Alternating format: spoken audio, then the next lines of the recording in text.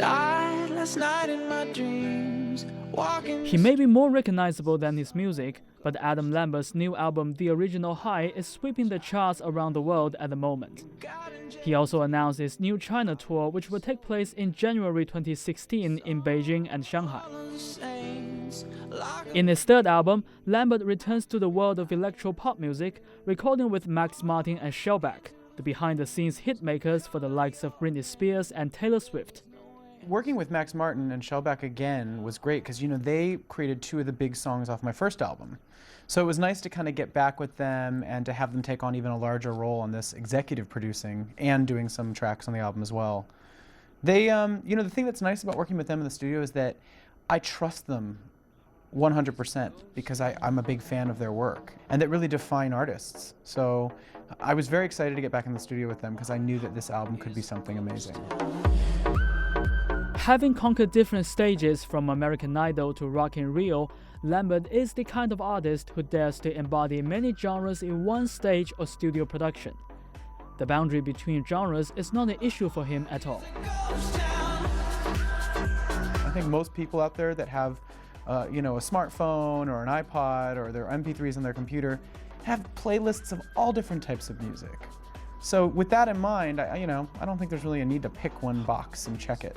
The good thing about all of these three albums is that maybe styles are being varied on the album, but it's me at the center of it. It's me singing, and my voice has always been my voice. And that's what I bring to the table. I bring my heart, my head, and my voice. And I do hear what you're saying. It's interesting, because I've thought about all that too, but I also think that music isn't about thinking, it's about feeling. And it's not about trying to classify and analyze. That's something a journalist does, but not necessarily a music lover listening to music. How does it make you feel? What does it make you remember in your life? Or what does it inspire you to do? Does it inspire you to dance? Does it inspire you to cry? Does it inspire you to laugh?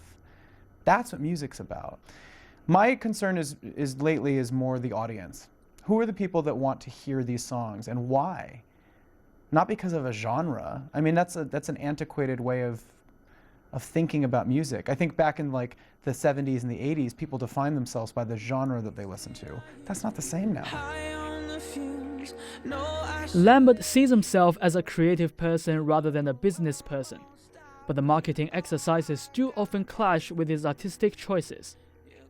It's definitely always a compromise, you know, it is business, you know, and it's interesting because I've learned a lot in the last couple years, you know, about understanding how that all works, and it has to be a harmonious kind of connection, you with your record label and your publicity team and your social team and, you know, your audience, and it is a little bit of a learning curve to kind of crack that, especially coming off of a competition show where all of a sudden you have fans before you have original music. So it's a little bit like one comes before the other.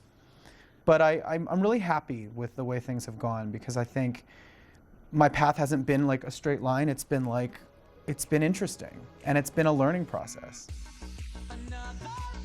With his formidable voice and flamboyant stage presence, Lambert is probably the most unexpected but absolutely qualified candidate for the role of Queen vocalist.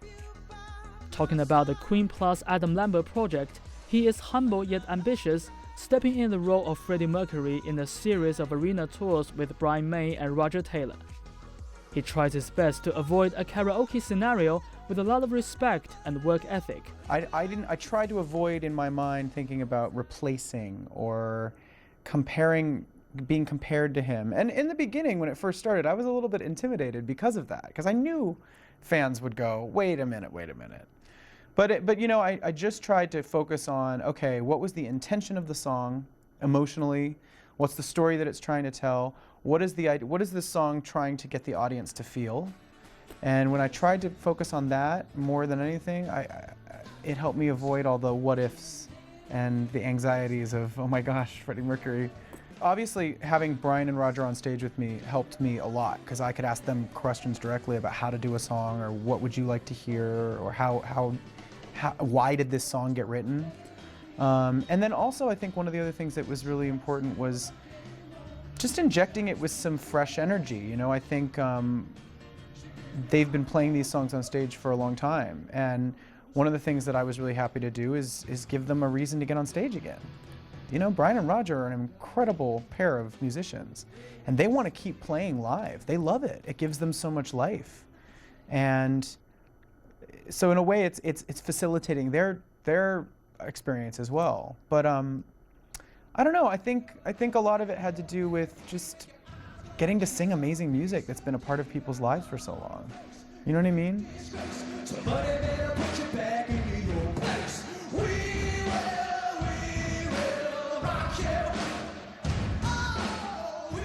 I'm also so lucky that I have my solo career, which I'm still doing contemporary music. I'm doing music that I want to put on the radio, that I want to connect with people, you know, all around the world with. And then I get, on the other hand, I get to do this amazing opportunity with Queen and sing classics from the past. So it's a little bit of the old and a little bit of the new, and I get both, of the best of both worlds. It's really cool.